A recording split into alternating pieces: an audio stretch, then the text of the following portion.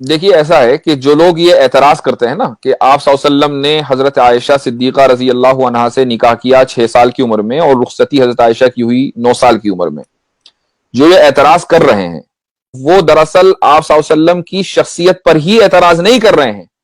कान खोल कर सुन लें, वो राम जी के ऊपर भी एतराज कर रहे हैं और लक्ष्मण जी के ऊपर भी एतराज कर रहे हैं।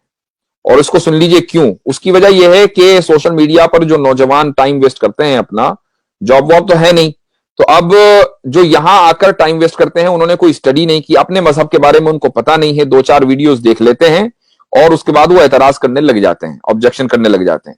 तो आप सल्लल्लाहु अलैहि वसल्लम पर तो ये एतराज बाद में होगा, ये एतराज आप पहले राम जी पर कर रहे हैं और उसके साथ साथ आप लक्ष्मण जी पर कर रहे हैं। और मैं जो यहां आपको जवाब देने वाला हूं, उस जवाब से आप न सिर्फ ये कि हम आप सल्लल्लाहु अलैहि वसल्लम का दिफा और डिफेंड करेंगे, बल्कि राम जी और लक्ष्मण जी को भी डिफेंड करेंगे। ये भी सुन लीजिए। सबसे पहले तो मैं आपको यह बताऊं कि आप राम जी पर एतराज क्यों कर रहे हैं। इसलिए कि अगर आप अपने मजहब की किताबें पढ़ेंगे तो आपको अंदाजा होगा कि राम जी ने जो सीता जी से शादी की थी तो उस वक्त सीता जी की उम्र क्या थी? 6 साल थी। ठीक है। कैसे? सीता जी को जब अगवा किया रावण ने, तो रावण से सीता जी ने कहा कि इस वक्त मैं 18 साल की हूं और 12 साल हो गए मुझे अपने हस्बैंड के साथ रहते हुए। आप जब जरा ये कैलकुलेट करेंगे तो आपको पता चलेगा कि सीता जी ने जिस वक्त शादी की थी तो सीता जी की उम्र क्या थी? 6 साल राम जी से। ठीक है। अच्छा, अब आइए लक्ष्मण जी के पास। लक्ष्मण जी की बीवी का नाम क्या था? उर्मिला। और उर्मिला कौन है? उर्मिला सीता जी की छोटी बहन है। आप किसी भी अपनी हिस्ट्री की किताब में पढ़ लीजिए कि उर्मिला और सीता जी में कई साल का फर्क था। जिस दिन राम जी की शादी हुई है उसी दिन लक्ष्मण जी की शादी हुई है उर्मिला से। ठीक है। अब अंदाजा लगा लीजिए किस उम्र में हुई है। तो ये जो एतराज आप सल्लल्लाहु अलैहि वसल्लम के ऊपर होता है, ये पहले एतराज राम जी के ऊपर होता है, पहला एतराज लक्ष्मण जी के ऊपर होता है। अब मैं आपको बताता हूं कि हम कैसे डिफेंड करेंगे इन तीनों को। जी। मैंने एतराज नहीं किया, ये एतराज मुसलमान की तरफ से नहीं है, हम डिफेंड करने के लिए आए हैं। इसलिए कि हमारे नजदीक जितने भी मजहब की मुकद्दस शख्सियात हैं वो सब मुकद्दस हैं। एग्जैक्टली। ठीक है। हम किसी के ऊपर कीचड़ उछालना ना हमारे मजहब ने सिखाया है और ना हम ये कभी रहती दुनिया तक कर सकते हैं। देखिए, सब जो बात है वो ये कि इस्लाम में शादी की जो यानी जो रूल है वो ये है कि मर्द और औरत दोनों जिस्मानी तौर पर फिट हो, फिजिकली फिट हो, मेंटली फिट हो। ठीक है। उसके लिए कोई एज मुतय्यन नहीं है। ये फिजिकल फिट होना किसी भी एज में हो सकता है। ये डिपेंड करता है कि वो लोग किस इलाके से ताल्लुक रखते हैं और किस जमाने में रहते हैं। मसलन आज अगर आप मेडिकल साइंस को देखें तो आप किसी भी डॉक्टर से पूछिए, अगर कोई लड़की आज के दौर में 9 साल की उम्र में फिजिकली फिट हो रही है, ठीक है, तो वो डॉक्टर के लिए कोई हैरत की बात नहीं है। यानी कोई हैरत की बात नहीं है। हो सकता है फिजिकली फिट हो, मेंटली फिट हो। और अच्छा, आए दिन ऐसा होता रहता है। हाँ, अगर 9 साल से कम उम्र में वो फिजिकली फिट हो रही है, यानी, और फिजिकली फिट होने का क्या मतलब है? उसको मेंस्ट्रुएशन आ रहे हैं, उसका मंथली साइकिल शुरू हो रहा है। ठीक है। तो अब वो डॉक्टर के लिए एक फिक्र की बात होगी, भाई इतनी जल्दी ये कैसे हो रहा है। एक बात। आप अब आइए साइंस में, जो मुमालिक और जो इलाके इक्वेटर से करीब हैं वहां पर जो लड़कियां हैं वो जल्दी फिजिकली फिट होती हैं, उनको जल्दी मेंस्ट्रुएशन आता है। ठीक है। सऊदी अरबिया का जो इलाका है वो इक्वेटर के ऊपर है बिल्कुल।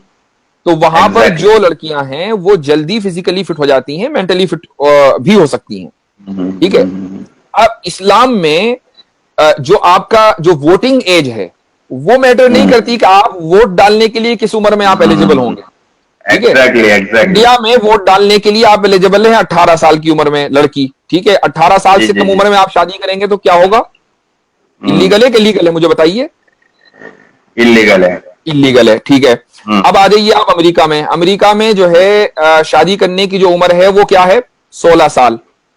अच्छा। ठीक है। अमेरिका में जो सूबे हैं 50 तकरीबन, उनमें एक सूबा है टेक्सास। टेक्सास में आप चले जाइए, वहां पर शादी करने की जो मिनिमम एज है 14 साल।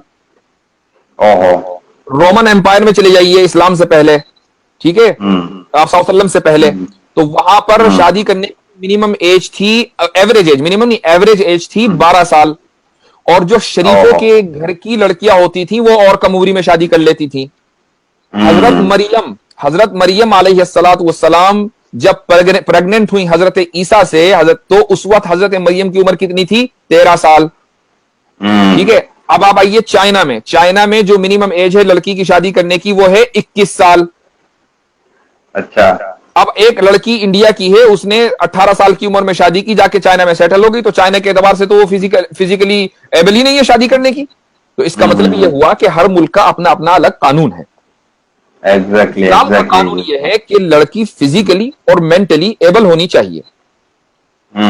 हजरत आयशा रदियल्लाहु अन्हा 9 साल की उम्र में फिजिकली और मेंटली एबल हो गई थी, जिस तरीके से सीता जी 6 साल की उम्र में हो गई थी। ठीक है।